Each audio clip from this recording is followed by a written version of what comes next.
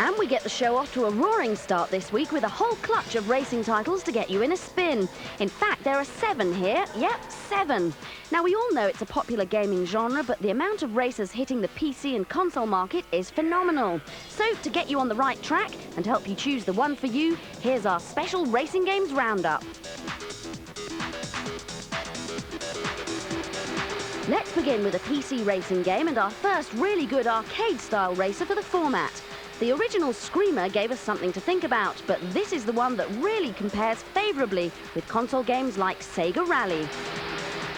Screamer 2 will have you speeding around some amazingly lifelike settings at an incredible rate. Massive improvements have been made to the artificial intelligence. The cars look superb and handle very well. This is teeth-gritting stuff as you really experience those bumps and jumps.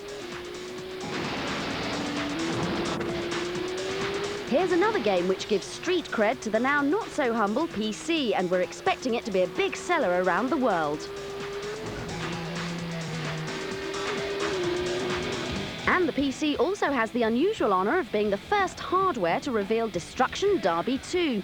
The first Destruction Derby was criticised for its narrow roads and short courses. Now this very good conversion has roads which are longer, wider, and no longer completely flat.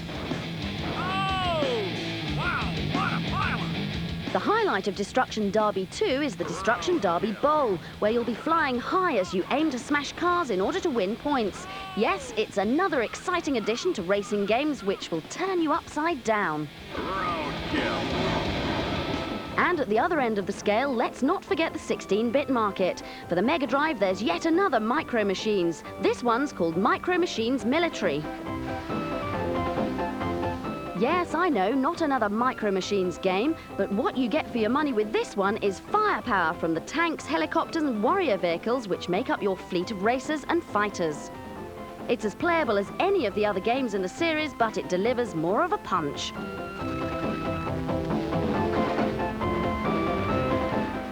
To the Super Consoles, and here's a speedy little number for the Saturn. It's Daytona USA Championship Circuit Edition, the follow-up to, well, Daytona USA. This is another game hot on the heels of Sega Rally. The first Daytona game was a disappointment, but this time round the graphics have been completely overhauled. There are 2 new tracks and there's also a 2-player mode option. The whole thing is much more responsive and a vast improvement on the original game, which is good news for Saturn owners.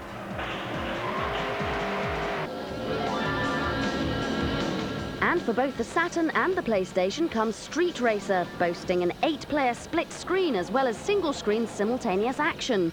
There are some wacky drivers and cars to choose from, and fighting from your car is an integral part of the race.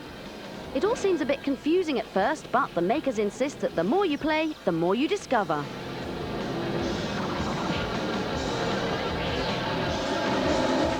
However, if PlayStation owners want something more, here's a couple of smashers. Supersonic Racers gives you madcap action on over 30 different racetracks. It incorporates 2D cartoons in bright colours mixed with 3D graphics and will appeal to those of you who are racing away with a sense of humour. And the finish line is in sight, but not before I mention one final game for PlayStation owners. Those of you looking for an arcade feel to your racing can now try Burning Road. It's a fast and furious ride across a whole range of terrain, combining tough tracks with nasty weather. This is another racer that'll get the adrenaline pumping through sheer speed, thrills and spills. Yep, there are plenty of racing games out there and some are looking very good indeed. So the race for a winner is on.